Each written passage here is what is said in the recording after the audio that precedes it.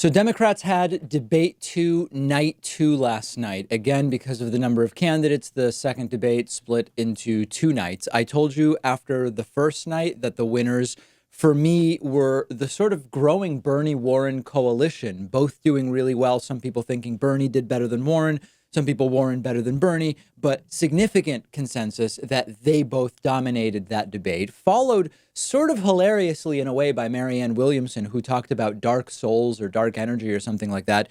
But she actually did do better than everybody else on that stage, other than Bernie Sanders and Elizabeth Warren. That was night one.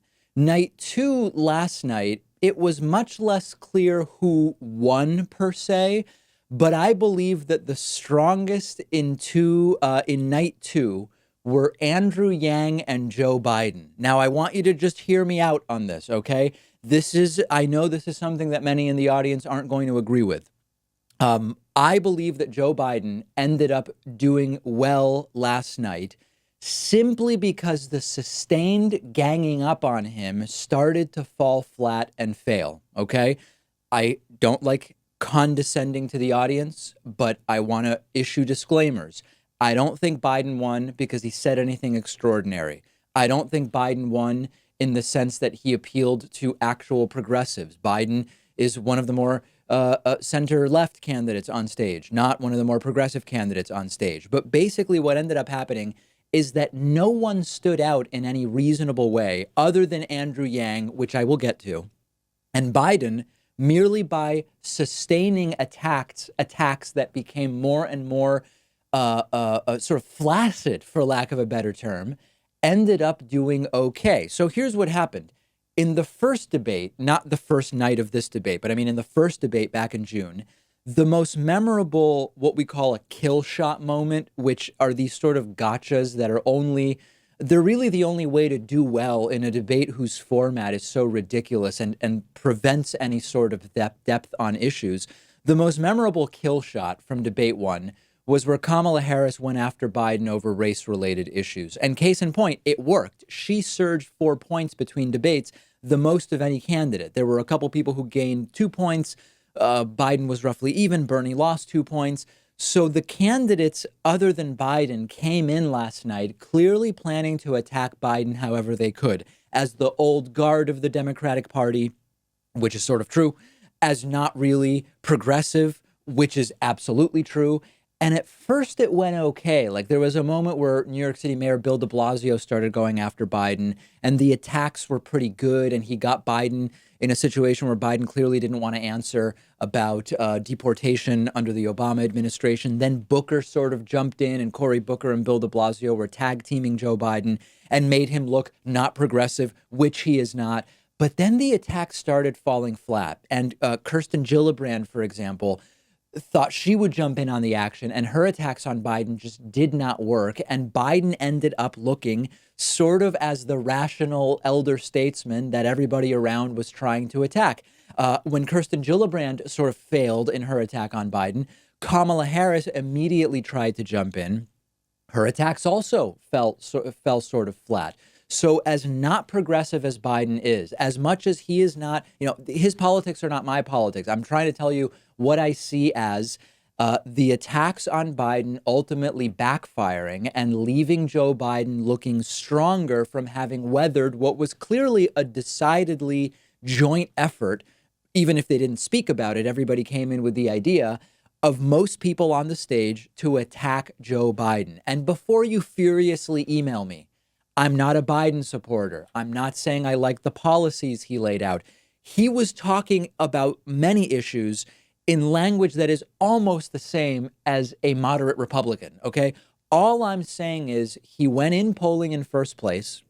If you're a casual follower of the Democratic Party and you see Biden look calm and collected, admittedly low energy as well, while half the stage is just trying to attack Biden instead of laying out their vision, I believe that it helps Joe Biden hugely. Now, secondly, I believe Andrew Yang did really well. And I know people will say, oh, but David, you've interviewed him and you clearly have some kind of bias towards Andrew Yang. My primary bias is towards Bernie and Warren in terms of my politics. I did not think Andrew Yang did well in the first debate. He barely got a chance to speak. And he did well last night, despite, by the way, Yang was the fourth in terms of polling on the stage last night. And from the analysis I saw this morning that producer Pat sent me, he got some of the least speaking time, and yet he still did really well. Andrew Yang gave a really good answer, framing Medicare for all as something that's good for small businesses, which really reverses the Republican talking points on the issue. He worked in his $1,000 a month freedom dividend in a more natural sounding way than usual. One of the criticisms of Andrew Yang is he often goes to that freedom dividend in ways that seem very forced and they don't really land in a way that you would want. He did much better on that. He gave a really strong answer about reality TV politics that the crowd loved. Take a look. Here with makeup on our faces and our rehearsed attack lines, playing roles in this reality TV show. It's one reason why we elected a reality TV star as our president. We need to be laser focused on solving the real challenges of today. Andrew Yang also talked about literally moving to higher ground because of climate change, which is sort of imagery that provokes an urgency that a lot of other candidates failed to provoke. A lot of discussion about climate change, but a lot of the candidates' rhetoric really falling flat in terms of pointing out that we are in a crisis. Andrew Yang did really well there. So if I step back and try to look at the two nights together, which is hard because you don't have everybody on the same stage, Bernie and Warren, I believe, are the big winners, the strong progressive coalition. The left is an important part of the Democratic Party. They crushed it on night one together. On night two, I believe Biden, by weathering increasingly flaccid attacks against him, is probably going to at least sustain his polling. Andrew Yang, I would guess, is going to pick up some polling. Otherwise, I don't think that the zeros and ones really benefited from either night of these debates. My prediction would be, in terms of polling, and we'll maybe have some of that by Monday, some of the 0 and 1 support will start to just go away and consolidate around Bernie and Warren. I think Biden will basically be unchanged and Yang will pick up a little bit. Now, serious question. A bunch of people during my live stream yesterday on Twitch at twitch.tv/David Pakman were asking whether I think any of the candidates are taking pharmaceutical, drugs to calm nerves or whatever. I actually, it is an open question for me as to whether at least some of the candidates were on some kind of downer or anxiety medication. I believe it was Michael Bennett who seemed kind of like Fred Willard in terms of delivery, the guy from Best in Show, very slow and very strange pauses. Hickenlooper night one. So I don't know. I'm curious what people think. I can understand being nervous enough to reach for something to calm the nerves, but it's something that kept coming up yesterday during my live stream. Curious to hear from people about that. We do need to get down to just one evening, one stage. By the third debates, September 12th and 13th, or maybe just the 12th if there are few enough candidates. And we may be. There are only 7 candidates right now who have met the requirements for the third debate. That's Biden, Buttigieg, Harris, Sanders, Warren, Booker, and O'Rourke. Andrew Yang had met it, but now some recent polls pushed him out. We'll see if he makes it in.